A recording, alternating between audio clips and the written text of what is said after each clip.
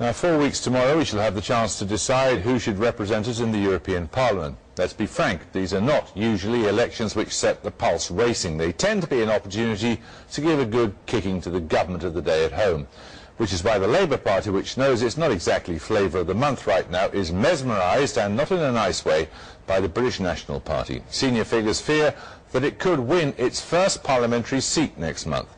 Michael Crick reports now from Cumbria. Amid the blooms and drizzle of Carlisle city centre this lunchtime, an increasingly familiar sight here, a band of activists from the BNP. They're hoping the proportional representation system helps elect their leader, Nick Griffin, as one of the MEPs from the North West, helping bring the party European money and many other benefits. It would be fantastic, financial boost, moral boost. It would give us a platform to get our message across, and a springboard. A springboard, if you like, a springboard. We're in politics. Nick's a politician. We need to win elections. We hope we can win this one. We think we can, and it'll be a tremendous step forward for us to take that seat. The faces on the street show Carlisle is overwhelmingly white, a contrast to those parts of the Northwest where the BNP's had big success in the past, in mixed communities like Oldham and Burnley. Matthew Goodwin's recently published a study of the BNP. Well, this is really the rolling out of the party strategy. You could look towards areas of outer London as well, where there aren't particularly diverse areas. But what the party's trying to do is sink its roots into local communities as a way of building some momentum, gathering some momentum, and achieving a wider breakthrough through local and European elections. That's why these elections are particularly important. What do you think of the BNP? Is this TV? It is, yeah. Yeah. Well, I'd rather not say at the moment. I'd keep my own counsel. I think they're very much against immigration and things like that, you know, the amount of foreign people and that coming into this country. And do you agree with them on that? I do. So would you think of voting for them? I don't know if I would go as far as that. No, I think I would stick with the party that I vote for at the moment, which is Conservative. Well, I normally vote for Labour, because I was a minor, so I was a minor for a lot of years, so I've always voted for Labour since I was like eligible to vote, really. So why not Labour this time? Well, man, I'm just disgusted with it, man. You know what I mean? I'm just disgusted with the way that they're trying to run the country. Everybody's absolutely sick of it, aren't they? You haven't got any jobs. Country's overrun with illegal immigrants, and they seem to be getting looked after a lot more than what we do. So I'm just completely disgusted with the government that we've got at the moment. What would you say to those people who say the BNP is essentially a racist party?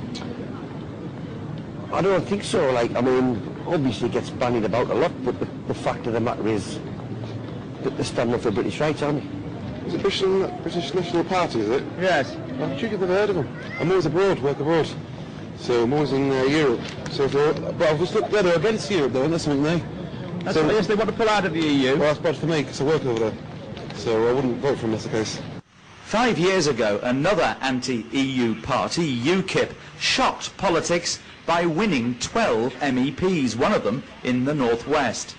Their men out in Kendal today denied they'll now be outflanked here from the right. There is no room for two parties, the aims of which, the nature of which, is fundamentally different. We absolutely dissociate ourselves from most of their policies, except that we both wish to take re-control of our own country. Hello. Hello there. Hello. Sorry to bother you. Calling on behalf of John Bell, Labour Party candidate from Wigton. Yep, certainly. Just wondering whether you'd like to be supporting him in the election coming up in June. You will be? I will, yeah. Excellent. But the other big losers could well be Labour, who were out campaigning this afternoon in a working-class part of Carlisle, one of several wards in diverse parts of Cumbria, where the BNP's done remarkably well recently in council elections. Keeping well? Aren't they exploiting disaffection amongst white working class voters who normally would vote Labour. Well, they may be exploiting that at the margins, but it isn't actually producing a breakthrough for them in terms of council seats or any other representation in Cumbria. Clearly there's a challenge. Some of the council wards, by-elections, they've come pretty close in this county. They have come close, and that is a challenge, and we need to be responding to that and recognising it and not putting our head in the sands in terms of what they're about. But the reality of the situation is that politics in this country now is to some degree about a plague on all our houses, and that is a challenge for Labour, but it's also a challenge for the Tories and the Liberals.